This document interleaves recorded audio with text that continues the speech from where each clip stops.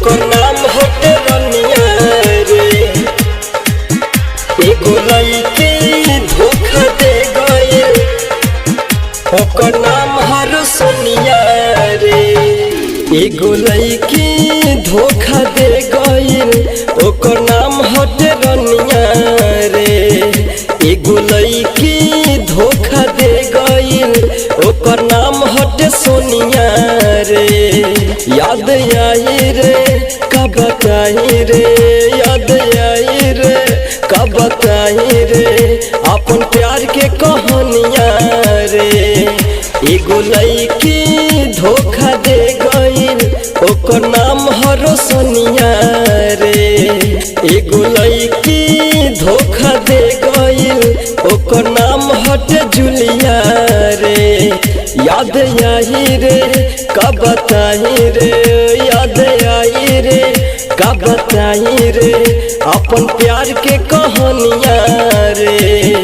एगो लइके धोखा दे गइल ओकर नाम हटे रनिया रे। ओकर नाम हटे रनिया रे। एगो लइके धोखा दे गइल ओकर नाम हटे जुलिया रे। ओकर नाम हमनी सवारे।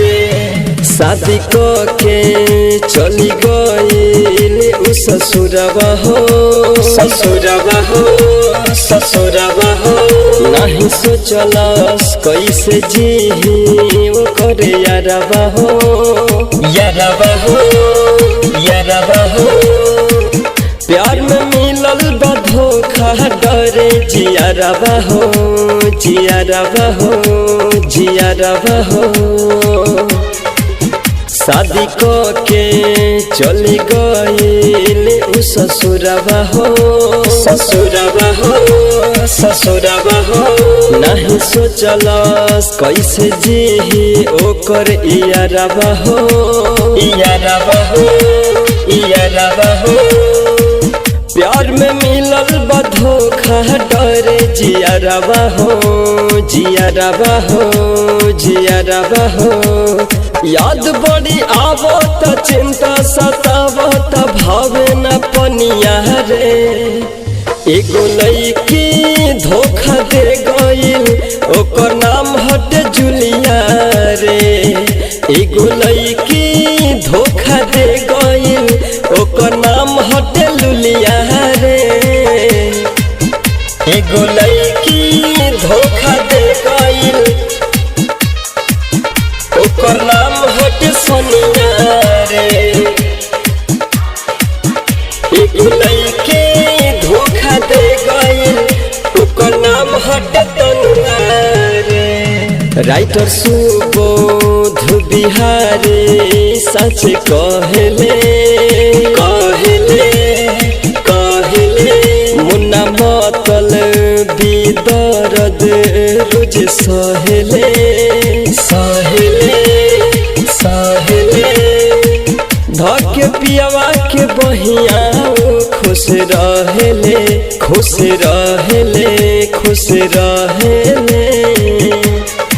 सचिन सोहराब और सद रंजित इहे कहले, कहले, कहले। मुन्ना मतलबी दर्द रोज सहले, सहले, सहले। धके पियावा के बहिया खुश रहले, खुश रहले, खुश रहले।